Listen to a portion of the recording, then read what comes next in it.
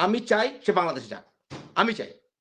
কারণ আমরা তার যেমন তুমি আমি আমরা কিন্তু আমরা এই ৩ জন তো বটেই। এরকম আমাদের সাথে অসংখ্য লোক আছে যারা আমরা জীবন দিয়ে হলেও তার বিচার এক্সিকিউট করব না নিজম। সুতরাং সেই হিসাবে যদি চাই, আমাদের চাওয়া তাদের চাওয়া তো একটা। তারা চাচ্ছে তাকে হিরোজ ওয়েলকাম দিতে। বাংলাদেশে গেলে যেকোনো না যেকোনো ভাবেই মানে এট লিস্ট তাকে তো দেখলাম এই জীবনে। একটা শখ ছিল যে বাকি খুনিদেরকেও যদি দেখতে পারতাম এরা কারা। তো এই শখটা আজকে দেখলাম তুমি কি এবং সে যদি বাকিদেরকে বাংলাদেশে যায় এখনো একটা দেখার সুযোগ হয়নি?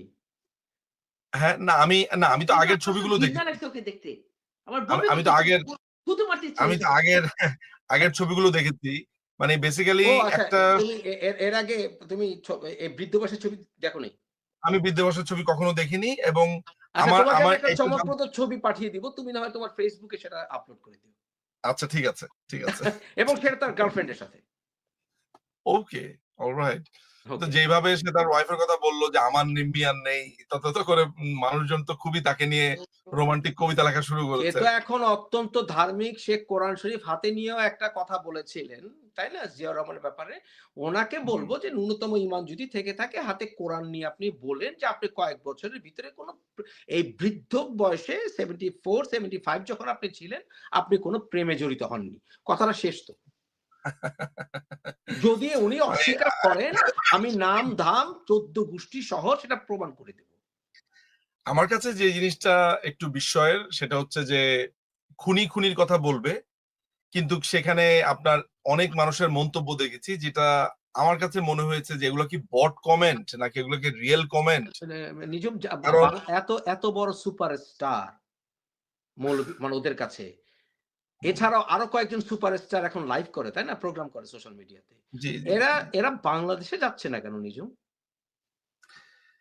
সেটা একটা প্রশ্ন বটে এবং পিনাকি ভট্টাচার্য একটা ইন্টারেস্টিং কথা বলেছে যে সে বাংলাদেশে যাবে তাহলে তার পাসপোর্ট তো এখনো হয়নি। পাসপোর্ট নিয়ে তারপরে যাবে। তাহলে বোঝেন অবস্থাটা কি। তার আচ্ছা। মানে হচ্ছে যে তারা ইমিগ্রেশনে অ্যাসাইলাম এর যে কথাটা বলেছে, অ্যাসাইলামটা চেয়েছে কেন? তাদের জীবন সংকটে, তাই না? আচ্ছা। এখন তারা এখন তো হিরো। জীবন যেহেতু সংকটে নাই, এখন তো তার যাওয়াই উচিত। তো এবং ওপেনলি যখন আমি অ্যাসাইলাম লটা খুব ভালো করেই জানি যে যেখানে তারা ইমিগ্রেশন থ্রেট সিস্টেম থেকে আমি নেই, হচ্ছে ঢুকেই না। হ্যাঁ, তাদের পছন্দের সরকার আছে। দে আর right. obliged to inform the immigration. একদম। ব্যাপারটা একেবারেই তাই। তো মানে এই দ্বিচারিতাগুলো নিয়ে সাধারণ মানুষ প্রশ্ন করে না। এটা একটা আশ্চর্য আসলে যারা প্রশ্ন করে না তারা ওই একইভাবে চিন্তা করে সে কারণে। এনিওয়ে দর্শকদের কি কোনো প্রশ্ন আছে কিনা? তাহলে আমরা নিতে পারতাম। দর্শকদের কারণ প্রশ্ন না আমরা মনে থাকলে হয় অনেক আমরা কিছু শেষ কভার করে করে দেব। ফেলছি। আমরা অনেক কিছু আলাপ জি, করেছি।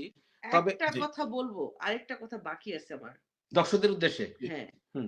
জি ভাবি। যদি আপনারা সত্যি বাঙালি হয়ে থাকেন, এই বদমাশটা যদি বাংলাদেশে আসে, সবাই মিলে ওকে মেরে ভর্তা করে কুকুরকে খাওয়ায় দিব। আচ্ছা। তোমার রাগ কমছে? না এটা করে দিন। ও যতদিন মানুষের হাতে না মারা স্বাভাবিকভাবে মারা যায় তাহলে আমার রাগটা থেকেই যাবে। ওকে যদি মানুষ পিটায় মারে তাহলে আমার রাগটা একদম আমি কেন পুরা তু বাঙালি তু জাতি তু শান্তি তু পাবে। আমি না হয় রাগলাম, নিজুম না হয় রাগলো। তোমার এত রাগ কেন? আমার চাইতে বেশি রাগ না তোমার। অবশ্যই। কেন? অবশ্যই আমার যখন মনে হয় ওই ছোট বাচ্চাটা মার কাছে যেতে চাইছে, আমার নিজেরও বাচ্চা আছে। মার কাছে যাওয়ার জন্য কান্না করতেছিল। ওকে যেতে দেয় নাই। তারপরে শেখ হাসিনা যখন বাংলাদেশে আসছে, ও আমারও মা আছে, আমারও বোন আছে। ও এসে দেখে ওর কেউ নাই। Forget it prime minister. আমি ভুলেই যাও। ও যে প্রাইম মিনিস্টার ছিল ওইটা মনেই করো না। একটা ফ্যামিলির কথা চিন্তা করো। ও যেয়ে দেখে ওর ফ্যামিলির কেউ নাই। ২ টা বোন ছাড়া ওদের কেউ নাই। এটা যে কত কষ্টের, এটা ওই জানে। আমরা মুখ দেখবো হয়তো ও কান্না করতেছে কিন্তু ওর ভিতরের যন্ত্রণাটা এটা কেউ বুঝবে না। একটা আমার কেউ কাছে নাই। বাবা নাই, মা নাই। পৃথিবীতে বাবা-মার চাইতে আপন কিছু আছে নিজু? আপনি মানে ডেফিনিটলি এবং আপনি যদি আ আ শেখ শেখ রাসেলের লাস্ট মোমেন্ট গুলো আপনি মামলার ওহোহো! নথিপত্র থেকে দিস ইজ ও তো সো একটা শিশু স্যাড। ইনফেক্ট বাচ্চা। আমি একটা এই প্রোগ্রামের মধ্য দিয়ে আমি দর্শকদের একটা কথা বলতে পারি। সেটা হলো এই বইটা সেটা হচ্ছে যে আ বঙ্গবন্ধু হত্যা মামলা সাক্ষীদের জেরা। এটার ৫ খন্ডে একটা বই পাওয়া যায়। এটা বের হয়েছে মীরা প্রকাশনী থেকে। এইটার মধ্যে একদম এক্সটেনসিভ ওয়েতে মানে পুরা বিচার প্রক্রিয়া ৫ টা খন্ড সেট। এইটার মধ্যে শেখ রাসেলের লাস্ট মোমেন্টটা সম্পর্কে একটা ভালো আইডিয়া পাওয়া যায় আরকি। লাস্ট আমরা তো নর্মালি জানি যে শেখ রাসেল বলছে আমাকে মারবে না, তো ওই যে মহিতুল ইসলামকে তিনি জড়িয়ে ধরে বলছেন। কিন্তু লাস্ট মোমেন্টটা যেটা আপনি দেখতে পাবেন সেটা হচ্ছে যে যেই হাবিলদারটা তাকে ধরে দোতলাতে ওঠায়, দোতলাতে ওঠার সময় কিন্তু বঙ্গবন্ধুর শরীরটা পার হয়ে তাকে যেতে হয়েছে। কি আপনি নৃশংস, খালি কি মোমেন্টটা নৃশংস। আপনি খালি কল্পনা করেন তো যে 10 বছরের একটা ছেলে, একটা শিশু বাবার রক্ত পার হয়ে দোতলাতে উঠলো। সে যখন দোতলাতে উঠে বঙ্গমাতার মানে ওই যে প্রথম, আমি তো ওই বাড়িতে গেছি, প্রথম যে ডান দিকের রুমটা সেখানেই ওনাদের বেডরুম ছিল, বঙ্গবন্ধু এবং বঙ্গমাতার রুমটা ছিল। ওইখানে তাকে জিরো ব্ল্যাঙ্কে গুলি করে, তখন অলরেডি বাকিরা মৃত। ওইখানে 0 পয়েন্টে একদম নলটা ঠেকিয়ে গুলি করে, যে ছিটকে সে ওই মানে ধরেন দরজার সামনে করলো, ওই দেয়ালে গিয়ে সে ধাক্কা খেয়েছে এবং সে পড়েছে হচ্ছে তার ভাবি সুলতানা কামালের উপরে পড়েছে, যেটা পরবর্তী সময়ে আপনার যে কায়সার হামিদের বাবা যখন ওই লাশগুলোকে রেকি করতে আসলো তার বর্ণনাতে আমি সেটা পেলাম। তো আমার কাছে পুরো ব্যাপারটাকে যেটা মনে হয়েছে আর কি, তারা এটাকে একটা কোলাটারাল ড্যামেজের কথা বলছে, কোন জায়গাতে তারা বলছে এটা অ্যাম্বুশের কারণে হয়েছে। এবং সবচেয়ে এটা কোলাটারাল ড্যামেজের এটা কি ডেফিনিশন? না না, মানে ডেফিনেটলি নট। এবং আপনি নিশ্চয়ই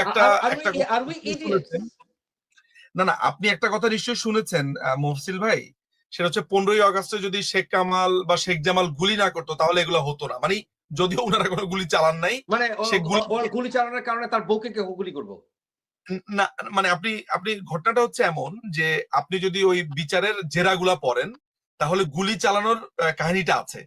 গুলি চালিয়েছে হচ্ছে যে উনাদের যে রক্ষীরা ছিলেন তাদের কয়েকজন, আর্মির মধ্য থেকেও গুলি চালানো হয়েছে, মানে আর্মির সৈনিকরাই চালিয়েছে। এখন গণভবনে যদি আজকে অ্যাটাক হয় তাহলে ওদেরকে অস্ত্র দিয়ে রেখেছে কেন?